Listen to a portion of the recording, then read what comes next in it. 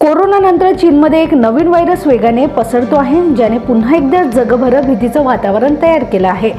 HMPV म्हणजेच human मेटान्यूमोव्हायरस, जो श्वसन प्रणालीवर गंभीर परिणाम करतो। याची मुख्य लक्षणं कोविड-19 सारखीच आहेत। सर्दी, खोकला, ताप आणि श्वास घेण्यास त्रास होतो। हा विषाणू लहान मुलं, 1 वर्षापेक्षा कमी वयाची बाळ आणि ज्येष्ठ नागरिक यांना अधिक त्रास देतो। याशिवाय कमजोर प्रतिकारशक्ती असलेल्या लोकांवरही त्याचा प्रभाव होऊ शकतो।